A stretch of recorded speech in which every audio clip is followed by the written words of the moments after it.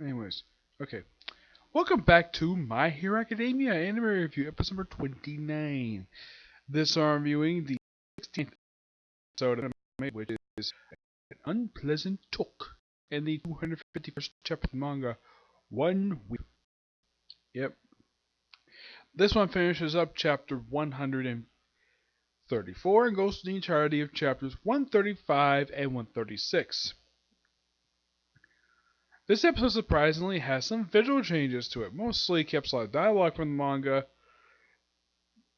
but here's what happens. Episode picks up kind of where last week's episode. You have Deku, you have Red Riot, Froppy, Otaku, just happily go in the same direction. Of course, they go together. And there's a minor ad that the visual here. They show these have a train, those little things you hold down when you're standing up on the subway trains. Yep. And they got me up at night agency. There's a lot of people going there. And they meet with other heroes. And you see a bunch of, heck, even a Razorhead is here. That's being even Gran Torino, whichever was shocking. And of course, they do add a little minor ad here of Deku pointing out the dragon here, Regiku, I think it's how you pronounce her name. Yeah, the fact he does recognize her, probably because Froppy and Otaku basically work for her. Well, work studies, and probably because he knows her reputation.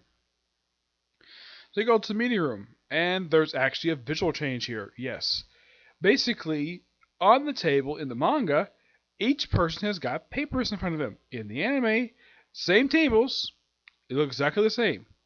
Here's the visual change. The one big visual change to make here is the fact that the tables have got no paper on them. Like, okay, we're exchanging information, except we're just sitting here with nothing on this damn table. Also, apparently, I don't remember this character's name. First time playing this episode, the character, I think he's like a lockup, whatever. Yeah, because it locks him. Yep, he gets into something a lot of this whole episode, which he doesn't do that much. Of course, I just reread the chapters in the manga. He doesn't do that much. Of course, he has some minor wording changes, probably because of the English dub. Like, why are kids here? And of course, Fat Gum stands up for him, and it's quite funny though the fact that Utaku and Froppy refer to Fat Gum as cute and lumpy. So it's, oh yeah, here's some candy for you.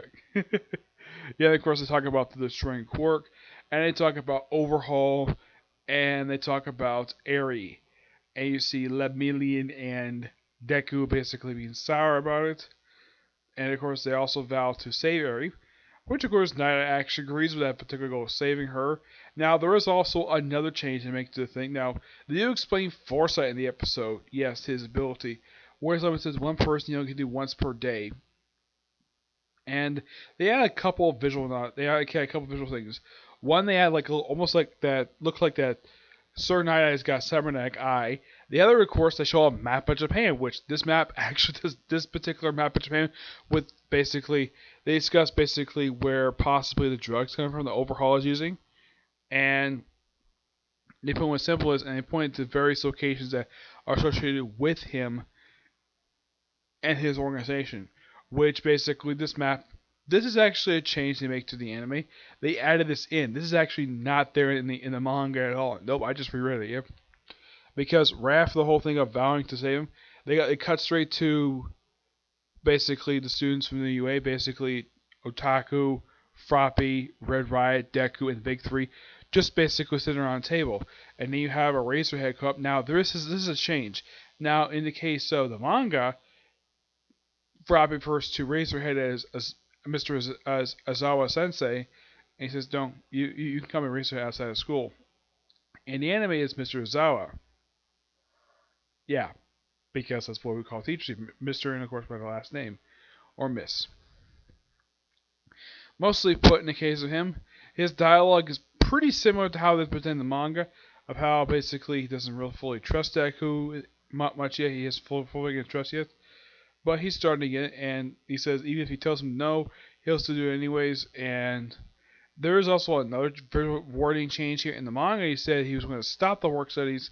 In the anime, he was going to suspend it, which the work studies is suspended anyway. Which I'll talk more about that later on.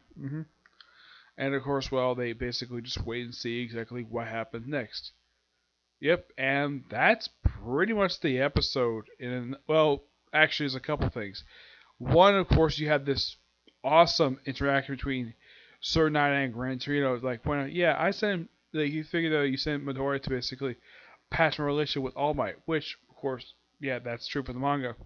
And of course, I do something different. And of course, then we have now here's another change to make. They actually now, in the case of now, this is toward the end of chapter 136. They have it from here. This particular last scene, where it's all Deku basically vowing. Now in the manga, this actually interplays what's going on with Eri and her predicament at Overhaul Space. You see Overhaul briefly in the episode a couple times, mostly in a couple pictures, and you see him actually briefly in person. Well, once in a brief flat police illusion. The other course time was actually him looking at his drug. And of course, well, Eri's new caretaker apparently has no idea how to interact with kids, which is how Joe is in the manga. Yeah. Aside from that, yeah, though in the case of Eri, that happens in the post-credit scene. In the manga, this happens toward the end of the chapter 136. Yep. Overall, this was a pretty good episode. I didn't mind the change they make here. I mean, I'd say probably the only change that people might have a problem with is taking away the papers from the table. Yeah. Oh yeah, and of course the whole thing about the Hero Network thing that they have a brief mention of that. Yeah, that's actually pulled from the manga. Alright, now on to new shit the manga. 1 week.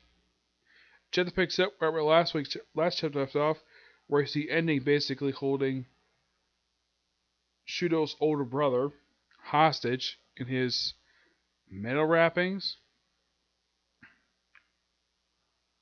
And then pretty much you have, I think it's Bakugo launching them out. And of course, Deku, of course, gives everybody their costumes. They get their equipment on them quickly. Not the costume, basically their equipment. And he's like, interns, make sure they die. You guys send you their time to pay. And of course, well, he launched himself right at ending, like Flames of Hope. And of course, he's like, let's go. And release. Like, talk about his brother. And then you have him throwing like, apparently he's thrown to some cars on the freeway. And it was like, what? Huh? Like how courts pile up. Yeah, it's a big brawl in the street. Of course, I don't know. Because I think he's very vengeful. Of course, Deku basically wants to. Well, he uses his new ability gained during the joint training arc. He basically saves all the civilians. And then, of course, you have. I believe Shudo punching ending right in the frickin' gut. And then you have the chapter end basically with. Looks like Bakugo's about to take him on. And you see Endeavor looks like he's watching on in amazement. Yeah. This overall chapter is just okay. Yeah. It's quite interesting of a chapter to read, but it proceeds very. The pace of the chapter is very quick. It's like bam, bam, bam. I mean, who knew that basically where Endeavor on a car right into the freaking freeway? Yeah. And plus, it's interesting though Deku's using his new quirk. Yeah, he's using it quite effectively, using it to save civilians, which is quite good of him to do. Because that's what Hero do is save people.